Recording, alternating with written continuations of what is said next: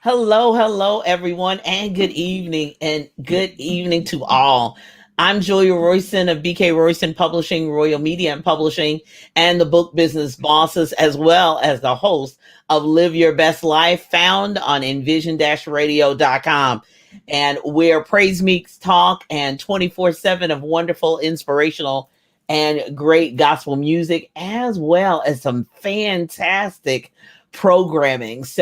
Uh, this is our first and initial event jointly. This is just like unbelievable that all of us are hosts of shows on envision-radio.com. So this is just, I want to make sure that you know when their shows air, what day, what time, so you can mark your phone, mark your iPad, mark your calendar on your computer. I use all of those things and have the ability to follow these incredibly important topics in our lives: taxes, your credit, and building wealth. And so, first off, I just want to introduce the panel. First up is Miss Jill Pryor, and that's her information at the bottom. No, that's not Hello, everyone. Pastor Pope, and that's not Mr. James Marshall. That is Ms. Jill Pryor. And then also on the panel is Ms. and Pastor Savaskia Pope. That is her information, because I know people who are follow me on social media, as well as those who listen on Envision Radio, are always going to people's websites while they're talking, so that they have an opportunity to continue to follow them, register on their email list, set up consultations, whatever we do in the digital, online, and virtual space these days. So that's Pastor Savaskia Pope. And then, of course, the gentleman on the panel is Mr. James Marshall. So we're going to be talking a little bit about each of those topics.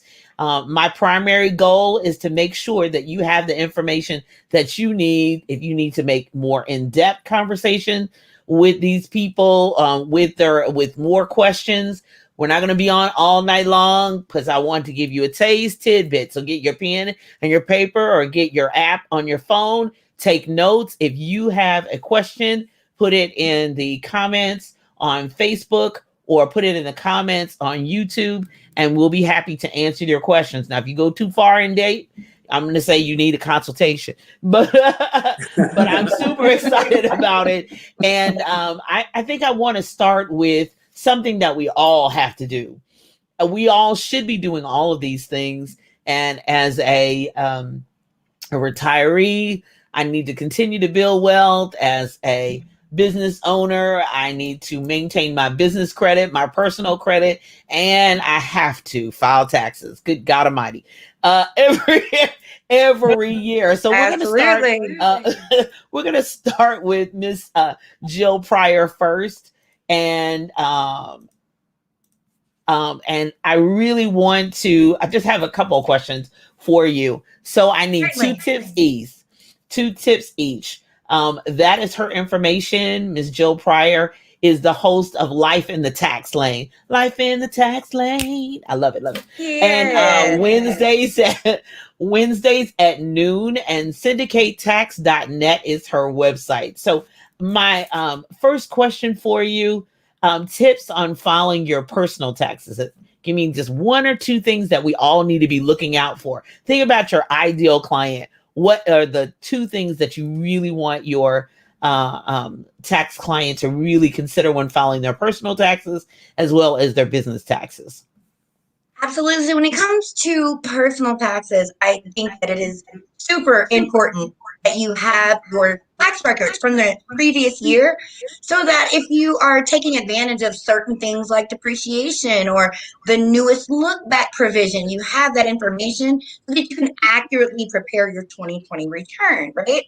But another tip that I really want to hammer home for everybody is that a lot of people aren't using the same banking account information. A lot of people have moved since they filed their 2019 tax return, and maybe they didn't get their stimulus because their information isn't correct anymore.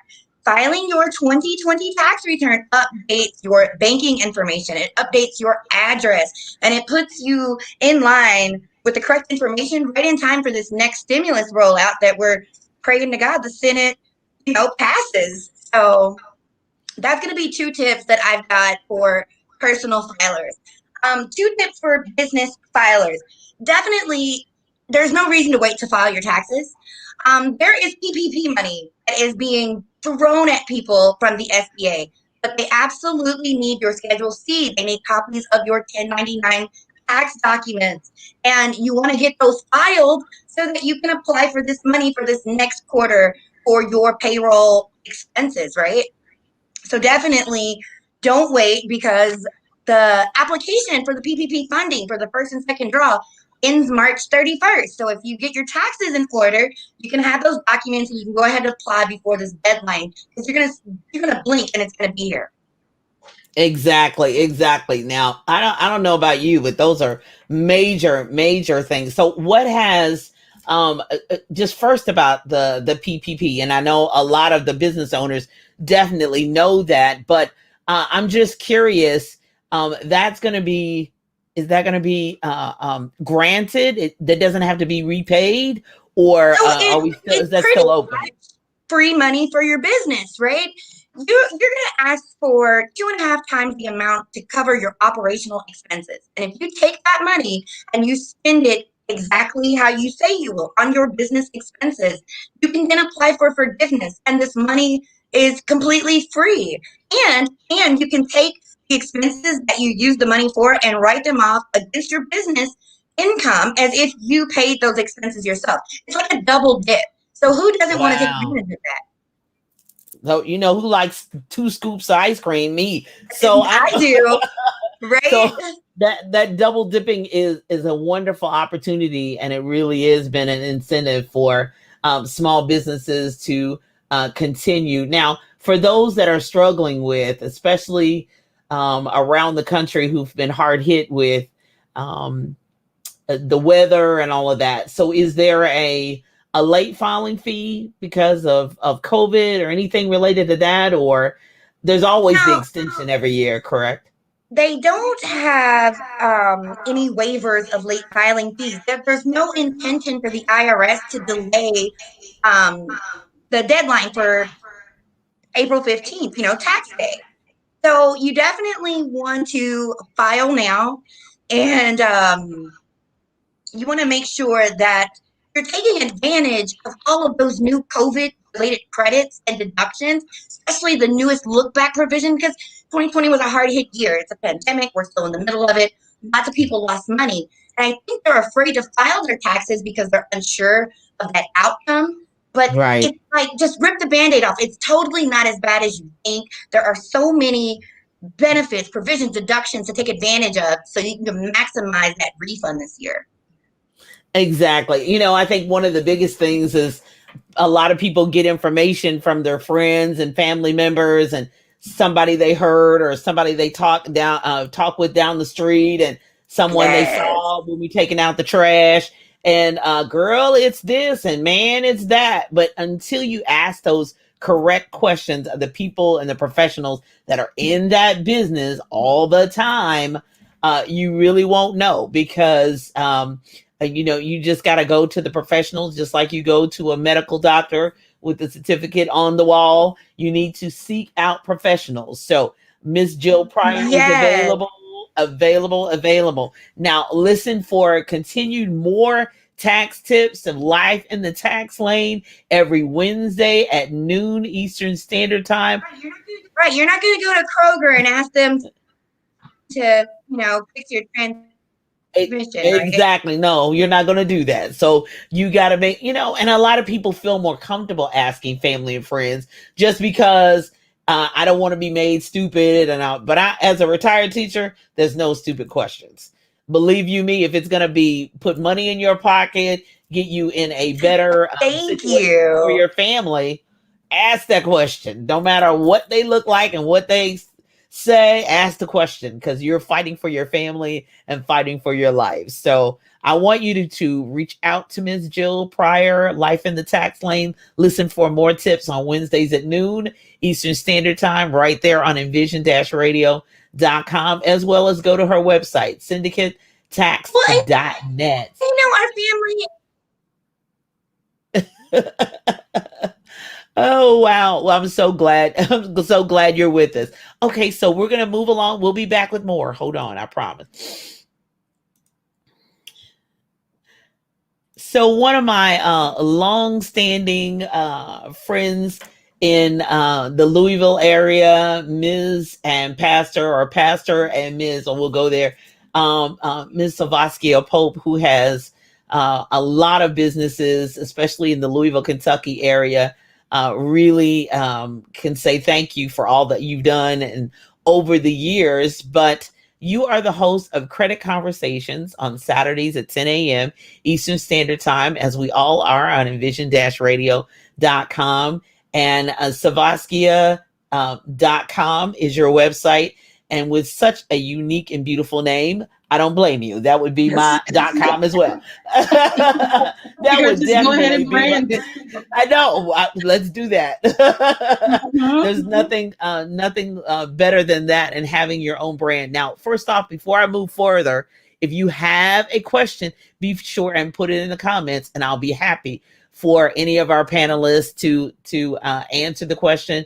And I'm going to bring them all three back at the end so that we can all answer questions that you have. So be sure and write them down and write down the tips that you've heard. So so first off, I guess the beginning thing I just gotta know that I really don't even know is how is your credit score even calculated? What makes up the credit score? Oh, there is a formula to that. Thank you for asking, and thank you for having me on your show today. Listen, most people think just paying your bills on time is the key, right? You probably Right. think That's that what as I say. well. Yeah. I put my hand up. Yeah. That's Uh-huh. what I'm And thinking. and that is part of it. So 35% of your payment history is definitely an impact on your credit score. In other words, who you owe. And as working in the lending industry, a lender's going to look at the last 12 to 24 months of how you are actually making those payments inside of your payment history. As an example, if you've missed a mortgage payment one time, it takes a total of 12 months to cycle before that makes an impact in your credit history. So that's 35%. Now we have 30%. All right. And so 30% is, what are your balances on what you're paying and who you owe? And one particular balance they're going to look at is the balance of your credit cards, right? And so we use a formula of what we call credit card utilization. So, as an example, if you have a $300 credit card and you charge over 30% of that credit usage, that is going to make your score go down, right? And so if you have $1,000 on your credit limit, if you go over that 30%, it's going to make your credit score go down. So Oh. I, yes, absolutely. So you could be paying your bills on time and then you've charged your credit cards up. So I'll tell you real quick, I have a client that actually went before they became a client, and he got him a $600 credit card. And so he would charge the whole thing up every month. And then he would pay it off, and he couldn't understand why his credit was bouncing. I said, well, you're charging your whole credit limit. They don't have anything to work with. And so you Ah. want to make sure not only you paying it off every month, but at the minimum, I tell my clients, if you can't get it down to a total payment, get it down at least to 10%. And definitely, if under 30%, you're going to be fine. So, yeah, that's an impact. So, you got your 35% payment history, you got your 30% um, credit card utilization, and then a lender is going to look at 15%. That is the length of your credit history. So, say you're new to credit, you've only been in credit for 6 months, or you've been credit profile for 20 years or so. So 15% will have an impact on your credit history. And then we have two more. Now we have 10% is your new credit. Say you went out and you bought a home, or you purchased a car, or you may have just gotten you a department store card. One of the things a lender is going to look at, they're going to look at in that new credit, how many inquiries do you have? You know, a lot of times when we go and shop around for a car, we might go to this car place and then we'll go to another. All of those inquiries can stay on your credit report from up to 2 to 3 years. And so it looks like you're just shopping. You're trying to get approved, right? And that typically happens to people who don't have not so good credit. And then the other 10% is kind of like your mixed use. That's going to be your revolving credit or any type of installment loans. Well, Yeah. that's fantastic. I had no That adds idea. up to 100%. Yeah. Right. Mm-hmm. Thank you, Karen Brown, for joining us this evening. So my question is, I know that using a debit card is good. It's just like cash. If you don't have the money in there, it doesn't Sure. do anything else. But does that impact your credit at all in any No, way? your Debit card. debit card will Okay. not impact your credit. Okay, But so it's just the credit cards. It's just the credit card as it comes to that utilization rate, because when you think of lenders, when you think of banks, when you think of home mortgages, I mean, there's different formulas that are being used when they're looking at your credit utilization, or if they're looking at your debt to income. So your debt to income is also going to be in that 30% when they start looking at how much do you really have, what borrow power do you really have, you know. Wow. So that is incredible. So the next question I have for you, what is a FICO score? So a FICO score, first of all, it stands for Fair, Isaac and Company, right? It was founded in 1956 by Bill Fair and Earl Isaac. And so they created this credit scoring model that we see, where we see scores ranging from 300 to 850 in our credit profile.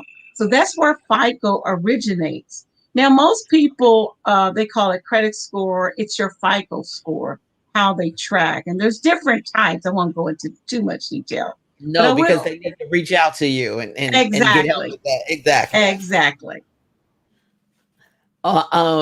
Incredible. So are businesses still allowed to, before they hire you, to check your credit score? Is that yes. legal? Yes, it is legal. I tell you, it's very legal, and you have to be so careful, particularly if you're going into a financial institution, because they are going to require you to have a good credit score. What did I say? A good credit score is probably somewhere about 680, right? Once you go up, once you go up around 700, you're doing much better. So yes, employees can pull your credit. If you're going for a loan, obviously they're going to pull your credit. But yes, it can impact you for hiring.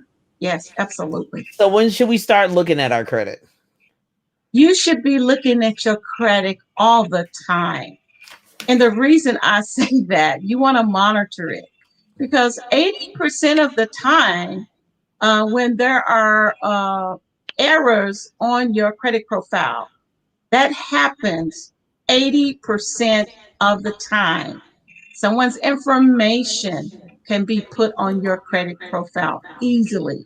So you want to make sure that you are monitoring, have a monitoring service to make sure you're getting alert anytime something goes in your credit when it's getting pulled. And because we're in the digital, online, and virtual world, with debit cards and credit cards and people messing with your money, and if you don't check your credit often, you'll see, I didn't buy that, I didn't do that, and checking your bank statements too will help too, because I didn't pay that, or why did that come out of my account, or whatever.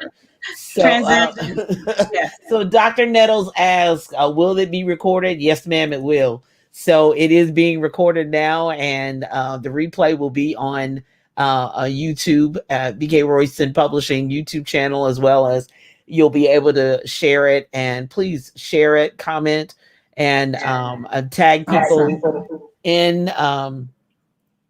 your in Facebook and on YouTube, so that others will know and get this wonderful wealth of information. Again, Pastor Savaskia Pope, Credit Conversations, held every Saturday at 10 a.m. Eastern Standard Time. Savaskia.com. Reach out to her. If you need your credit repaired, that's where you need to call. All righty.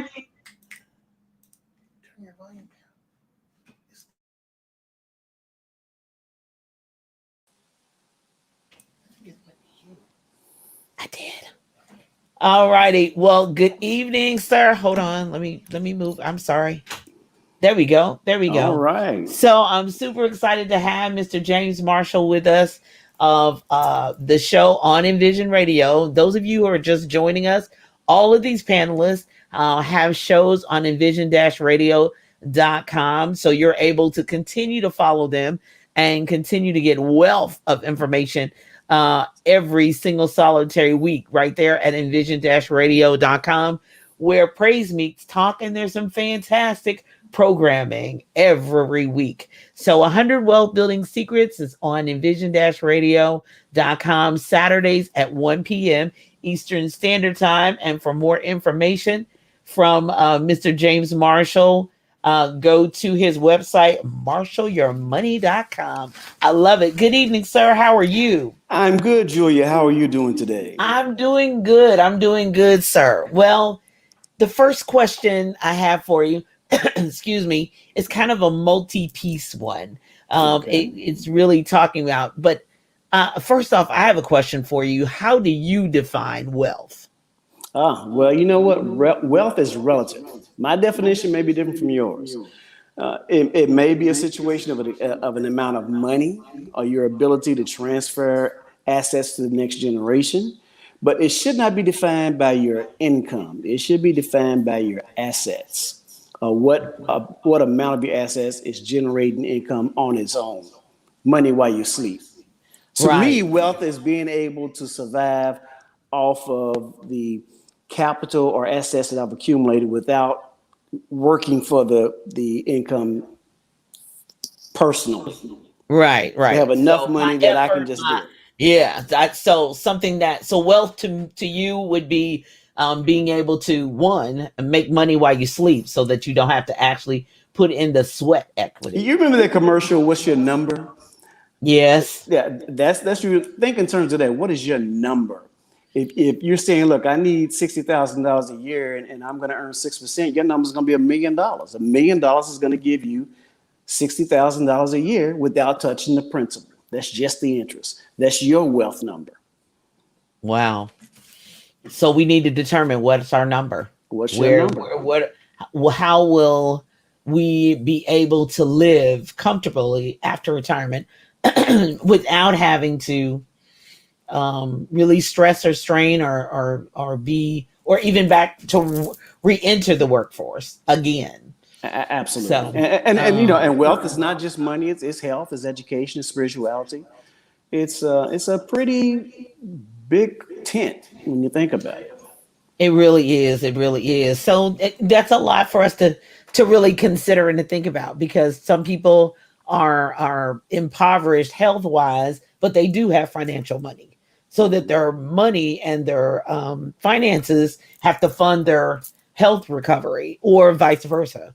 Their health can be great, but they don't know how to generate income and generate wealth. Well, that's interesting. That's something that we have to decide, and we need people such as Mr. James Marshall to help us work through that process, to be able to determine how we can change our lives and do differently.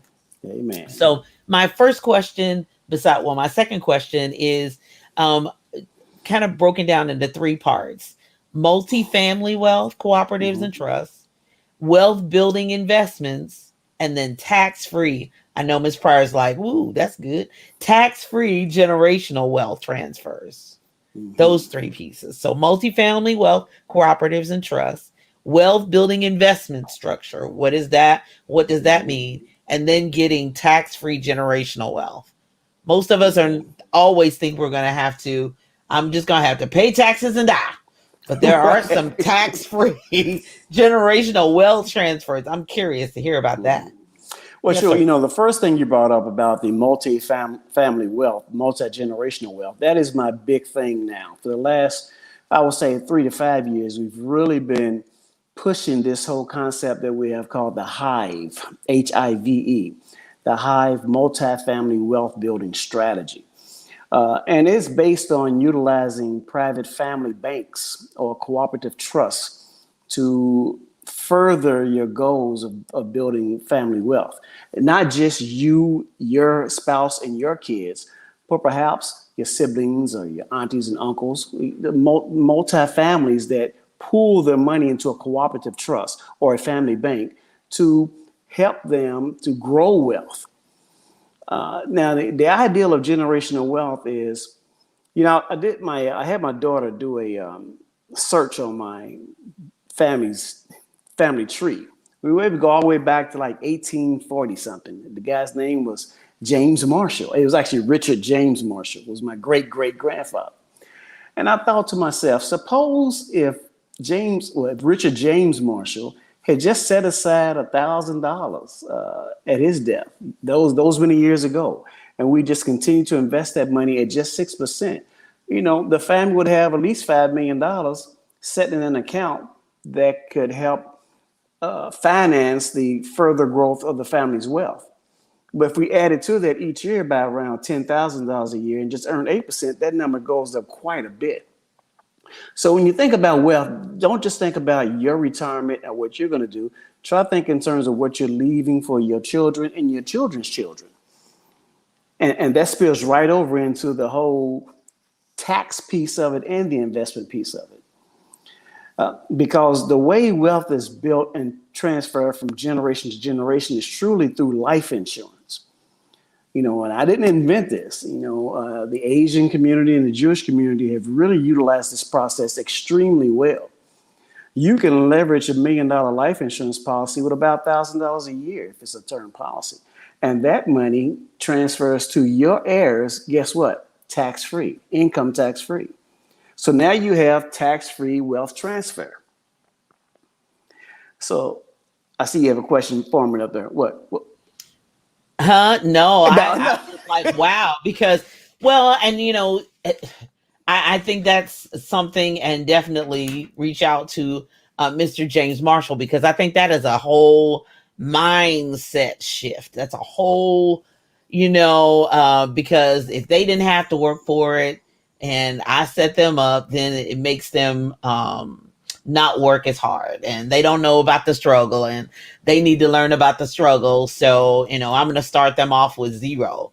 But we don't have sometimes 20, 25, 30 years to figure that out, to get that together. And you're so behind the game. Yeah. And plus, that's a problem, Julia, because oftentimes that's what I hear. Oh, I've been doing this for 32 years now. And I tell you, over the years, I've heard people say, oh, I'm not leaving anything to my kids. No one left me anything. Or if I leave it to them, they're just going to blow it. Well, now another generation has gone and didn't get the opportunity to start where you left off. They're starting over again. It's like running a track race. You're doing a mile relay. Every time you get a baton to the next person, he has to turn around, run backwards a lap, and then get in the race. Well, we have to stop that thinking. You can't think in terms of, if I die, some other man's going to come in and marry my wife and spend my money. Well, you're dead.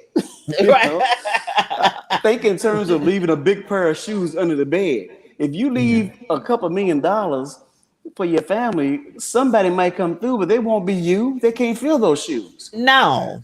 So think in terms of the foundation of wealth, and that is cash reserves, positive cash flow management, and protection, the life insurance. Those are all non-sexy things. There's nothing sexy about having cash reserves, 6 to 12 months living expenses. It's in a savings account. There's nothing sexy about a life insurance policy. It's not going to earn you 12 and 20% returns. It's going to average around 4 to 6% return. But it's solid and it doesn't go down. And from there, you go to the next stage, and that's your growth stage. Think in terms of a pyramid, Julia, where the middle of the pyramid is at 50%. That's that safe position, cash reserves, debt management, cash flow management, and guaranteed investments such as life insurance and annuities. Then you've got that 40%, that's your growth. That's your 401k, your 403b, your IRA, your stocks, your blue chip stocks. And then that top, the 10%, that's your speculative.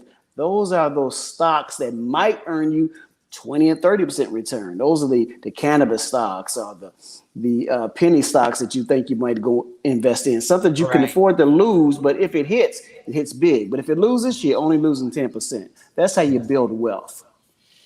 Wow. Okay. So Karen Brown says true, and we got to leave something. They will encourage many to start thinking and planning the right way too. Great way to put it, Mr. Marshall. So you're exactly right. And I do know Miss Karen Brown personally, and she has a lot of gorgeous little granddaughters, and I'm quite sure she is wanting to transfer wealth to them as well. So one more question, because I do want people to make sure that they reach out to Marshall Your Money. I know, people are just iffy about the questions they ask. So be sure and know that you can reach out to any of our panelists and our guests for confidential questions, and they'll be happy to help you, because money's always a sensitive issue. People, are just like, that's my business, what I do with my money or whatever. But it can have long-lasting impact and long-lasting effects on the next generation to come. But I do want to ask you, in regards to COVID, and then, of course, the recent issues and the weather and all of that, what should we really be thinking about, to prepare ourselves? So you said 6 to 12 months we should have in reserve. A whole year's salary we should have saved. Well, it depends on your job. If you're in a job that's easily replaced, in other words, if you get downsized, you can get rehired pretty quick because you're a nurse and there's a lot of jobs, then you probably only need 6 months. But if you're in a profession that is hard to get introduced back into the workforce, you might need more months, 12 months. Now, the reason why you cap how much you put in cash reserves is cash reserves are accessible. So they cannot be in accounts that give you restrictions. So they're only going to earn very little. So if you have too much money in cash reserves, you're going to be safely losing money. Your savings account is earning you less than 1%. So if you put too much in there, then, you're not going to keep pace with inflation. Right. So cash reserves are critical. But along with that, you can't know what amount of cash reserves you need to have until you do a budget. You need to know what it costs you to live each month, what's coming in, what's going out. So that is the beginning. When you talk about building wealth, you first have to visualize what wealth means to you, and then begin with the end in mind and back into what steps you need to take to reach that particular goal. I do want to say one thing, Julie, and I know I can go on with this, but going back to that insurance piece and how sometimes people don't want to get the life insurance because they're concerned about what their kids would do.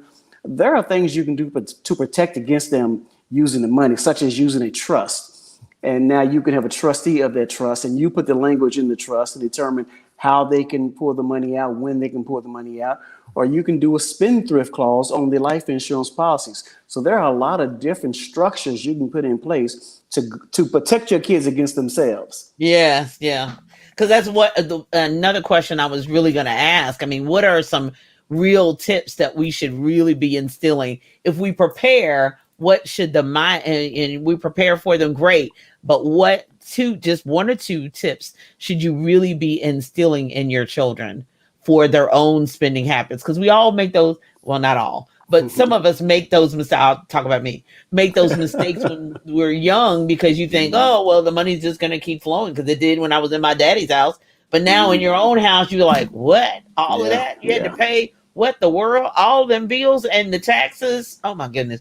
I lived in Cincinnati, and they had Cincinnati tax. They had the specific area, North College Hill, where I lived. That was I'm like, oh my gosh. I said, I need to go back into my daddy's house. But anyway, So, and as far as, 1 or 2 things that really we should be really instilling. I know we need to teach more financial instruction in schools, and that's a whole nother conversation for another time. But 1 or 2 things that you can instill in your own child. You control your own house, so you control your own child. Right. Well, first of all, you need to stop this whole idea of saving them from pain all the time. That they need to hit the ground, feel that pain. You're there to pick them up if you hit too hard, but let them hit the ground, feel that pain. Let them do some things on their own. Don't be too quick to step in and bridge that gap.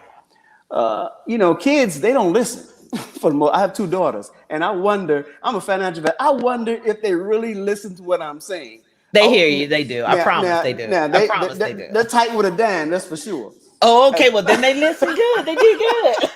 They did good. They did good. But They you know, sometimes you don't really see them putting into action the things that you're saying. But what I found that over the years of doing Count Money, where we're teaching kids about money and talking to school, sometimes I'll see a child who's no longer a child walking down the street or in some place, and they'll say, "Hey, Mr. Marshall." I said, "Well, how you doing? You came to my school 10 years ago." I said, well, "What did I say?" And they tell me. So I know that they're listening. Sometimes they're the subconscious mind. The other thing that you can do is while they're in the house, start teach them to budget. Let them pay a bill. The minute they can fix their mouth to ask you about money, start talking about money. Use the example of compounded interest, the magic of it. You save a penny every day for 30 days, 1 penny every day for 30 days, and double it every day. A penny a day for 30 days, double it every day. In the 31st day, you have close to $5 million. That's the magic of compounding interest. Now, it's compounding 100% each day. So that's not reality. But it lets you see just how powerful it is when you let your money make money and let that money make money. Snowball effect. Exactly. Okay, so I have a question. Miss Karen Brown says, can you explain cash reserves again? And do all banks offer such?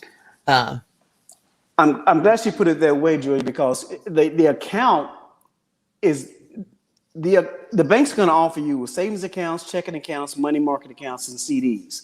Those are the basic accounts banks are going to offer you. But they also have brokerage accounts. Now, you don't want to put your cash reserves in a brokerage account unless it's just a money market account inside the brokerage account.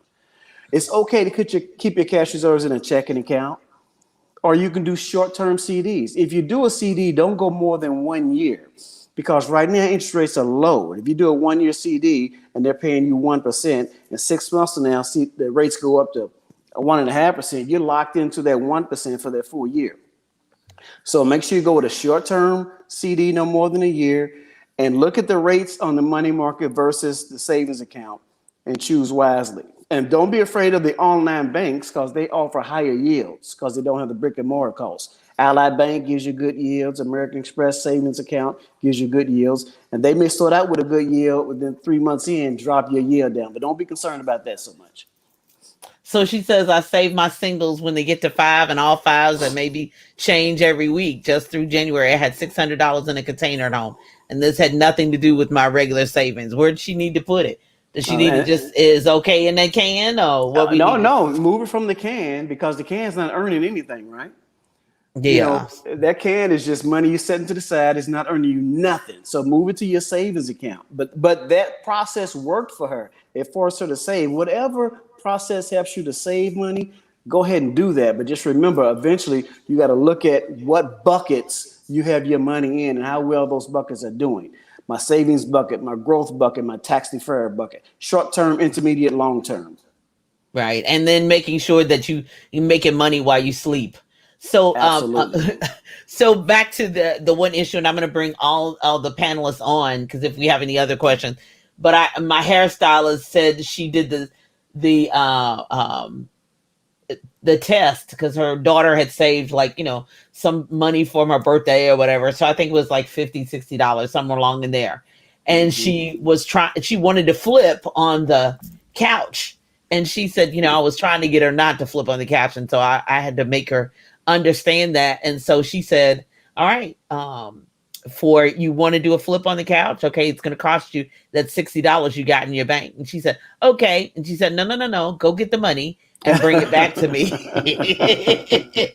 And she brought the money to her and she did the flip. She said, okay, thank you. She said, now, Mama, I can have my $60 back. She's like, no, That's how much it cost. Was it worth it? Was that Risk and the reward. child's Risk like reward. 6, 7 years old. She was devastated. Like, oh, she said, I let her go for a while so she can feel the pain of it. Like, this is what it costs for real. Is That's that right. really worth it? And I had to do that with, with clothes and shopping. And I'm like, oh, this is really worth it. Oh yeah, oh yeah. No, it's not. No, it's not. No, it's not. No, it's not. No, it's not. Any other questions? This has been phenomenal. This has really, really been good. And I invite you to, first off, listen at envision-radio.com to any of their shows. Ms. Jill is on Wednesdays at noon for those who are joining us late. Life in the Tax Lane. Pastor Savaskia Pope is on Saturdays at 10 a.m. with Credit Conversations. And then Mr. James Marshall's 100 Wealth Building Secrets, Saturdays at 1 p.m. Eastern Standard Time. So be sure and reach out and follow their shows, listen in to their shows, follow them on their websites, as well as leave comments, questions, schedule consultations. I know they have all of that available there on your websites because I visited there and I saw them. Do you have a question for Pastor Pope, if I could? Sure. You have this thing on the credit boost right now. Yes. Where basically they allow you to get credit from paying your bills, such as utility bills and so on and so through forth. Experian. Yeah, what are your thoughts on that?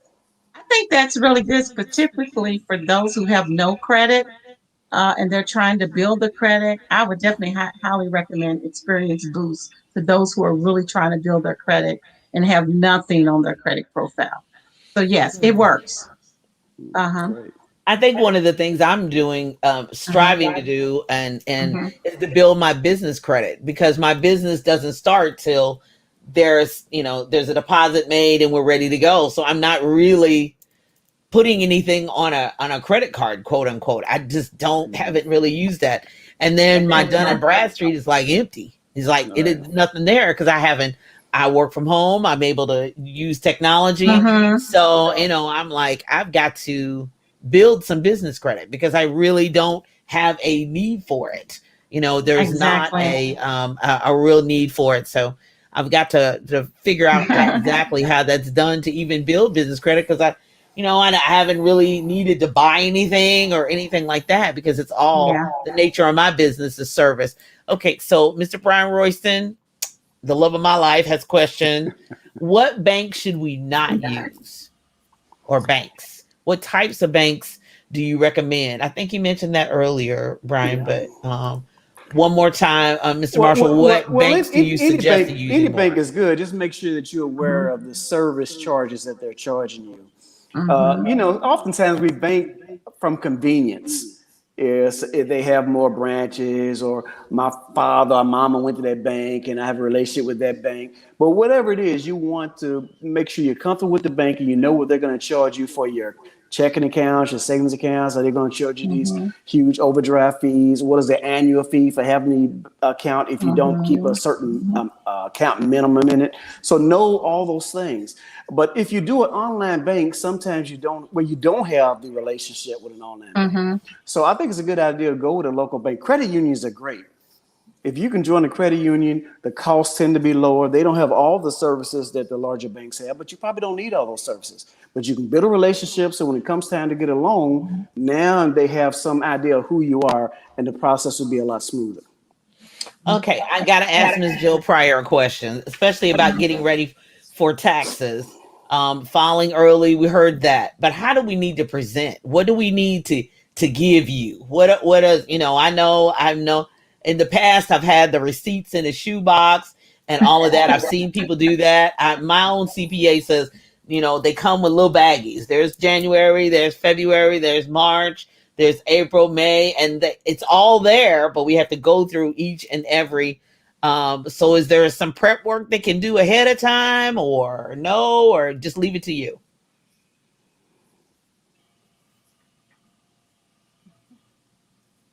Okay, I can't hear you. I think she froze up on me. Oh, I think she's back. Jill, are you back? Okay, there you go. I think you're back. So did you hear my question? I think she froze again. Did you hear my question? So one of the biggest things is how do we present our monthly? Now me, I use Excel spreadsheet and I lay it all out. So my CPA loves Yeah. me. But there may be some people that have to do the little baggies and receipts. So You can also can you hear you can me? scan. Yeah, you can scan the receipts. Okay, can you hear me? Yeah, she's broke up again. Yeah, I think she's broke But up. yeah, you're right. You're right. You can scan them and present them that way because I know. The Neat program really works. The Neat scanner, it allows you to Yes. organize all those receipts into your Quicken account or whatever accounting system that you're using. And you can just send that as PDF right to your accountant. It's a beautiful thing. I don't do much with receipts. I'm a debit card girl. I use everything. Everything's pretty much on my statements. I rarely pay cash for anything because I don't want to fight with no receipt. I don't want to have a receipt. I don't want to fool with it, wear it. And then by December, the thing is, if I don't scan them every month, that thing is the ink is gone.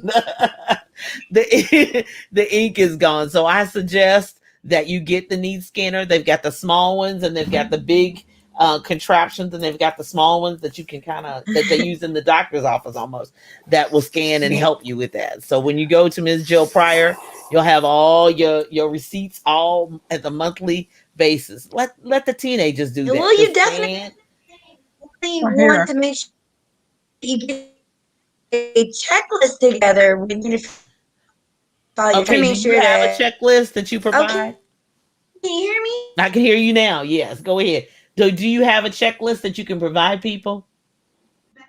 Is it Yes, better better now? now. So do you have a checklist that people can Okay. get from you? I Okay. did, and I was Yeah. just gonna say that when you're preparing to file your taxes, you want to make sure that you get yourself a checklist. I can't hear you now. Okay, so what I want you to do for the checklist that she's talking about, go to syndicatetax.net and reach out to Ms. Jill Pryor so that you can get that checklist so you can have all them little receipts all neat in the area that they need to be in. If you don't have the neat O scanner. So I want to thank you all for being with me this evening. Oh my gosh, this has been great. And hopefully we can do this again. Hello, how are you, darling? And the replay will be available. Before me. Hello, are you back? No, she went away again.